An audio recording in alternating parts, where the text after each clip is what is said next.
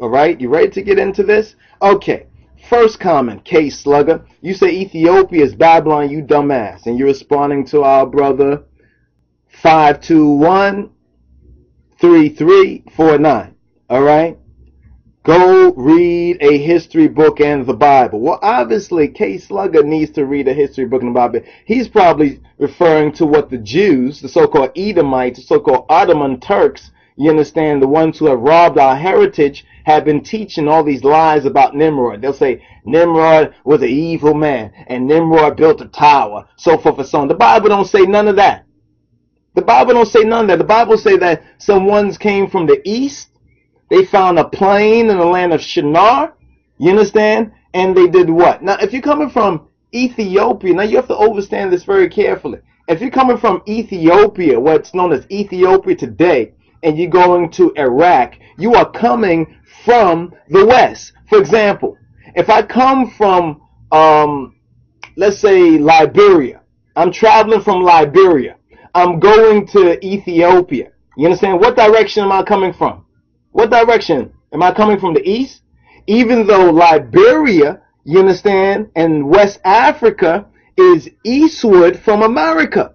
But if I'm already in West Africa, I'm traveling from West Africa, you understand, to East Africa. I'm traveling towards the east. I'm not coming from the east. You know what I'm saying to you? So now understand this. If you look at a map and you're coming from Ethiopia, or at least what people believe was Ethiopia, even though the geography is a little different in that day and time, but it's generally the same, and you're going to Babylon, you'll be coming from the west. Now the Bible clearly says that Nimrod was a mighty hunter before the Lord. It's the so-called Jews that be lying. You know why they be lying? For the same reason why they don't want to admit you, my Hebrew Israelite brother, is a Hebrew Israelite. Why they don't want to admit that I are Hebrew Israelites, that the black people are the true lost sheep of the house of Israel. Because they want to lie on everything that black people have done significantly and positively. If you can point one verse in the Bible. Now, the Bible is a very interesting book. The Bible is not ashamed to point out who was an evildoer. You understand? Who was a wrongdoer. If Nimrod was an evil man, just ask this question to yourself. How come the Bible doesn't say it? How come you have to read all this rubbish, this anti-Nimrod, anti-Cush, and really anti-black rubbish? You understand? But you know what happens? When the so-called Hebrew Israelites curse, you understand, the Ethiopian, they're falling into the same trap that Miriam, you remember Miriam in the Bible? You remember up to Miriam and Aaron? You understand? When they cursed the Ethiopian wife of Moses, what happened to them? They were cursed. Yahweh didn't like that. You understand? Because Yahweh had a special relationship with the Ethiopians. Why? Because Ethiopia is in the territory, you understand? The divine territory, the Holy Land territory given to the children of Abraham. You didn't know that. No one ever taught you that. You never looked at the map. So who's really dumbass now? Think about it for a moment. Look at the map. From the river of Egypt, which is the same, by the way, as the river of Ethiopia, because the two rivers flow into each other. You understand? So from one perspective, he says the river of Egypt. And the next perspective, another prophet says the river of Ethiopia. It's the same river. That river goes all the way down to South Africa. And wow, guess what we find in South Africa? We find black peoples. You understand? We find black peoples who identify themselves as being Israelites. You understand? Ones who have a more intimate knowledge of them being Israelites than your dumbasses who ended up in the trans-Ethiopian slave trade. Think about it for a moment. Come on. Facts are facts. Facts are hard things to dismiss. Let's look at Genesis 15 and 18 for a moment. Let's go to Genesis. We start out with Exodus 15. You understand? We're not playing numbers games here, but, you know, you can see the divine mathematics in it for yourself. Let's go to Genesis 15 for a moment. In Genesis 15, verse 18, it says, in the same day, Yahweh made a covenant with Abraham, actually Abram, saying, to thy seed have I given this land from the river of Egypt.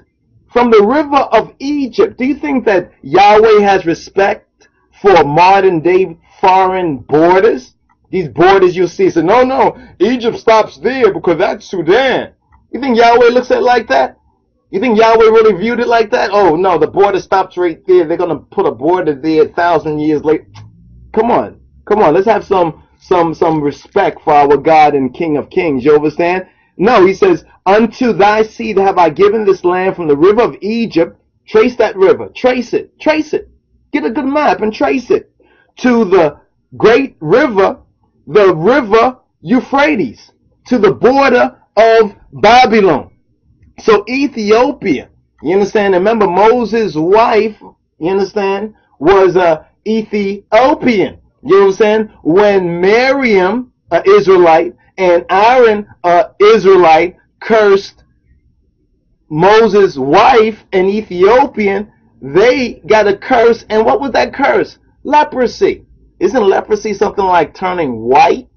So these so-called white Jews may well be some of the disobedient Israelites who lost their skin. Of course, you're going to disagree with it, but the Bible says right there that Miriam, you understand, got leprosy. Look at that. She got leprosy. Aaron was spared. Yahweh has his reasons for that, but Miriam had to be put outside the camp because her skin started to change color, and all that was because she cursed the Ethiopians. So you gotta watch it. When you say Ethiopia being Babylon, you dumbass, go read a history book in the Bible. Obviously, you haven't read the Bible, or you read it. You haven't studied. You understand geology. You understand or geography. You understand? You haven't studied geography very well and looked at the map.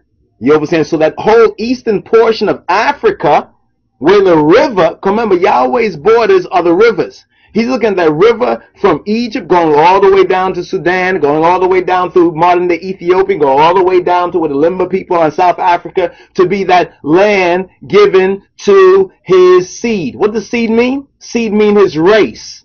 You understand? So when you say fuck F-C-U-C-K Africa, think about it for a moment. You are the real dumb ASS. That's point one. That's the first point right there. You understand? Like I said.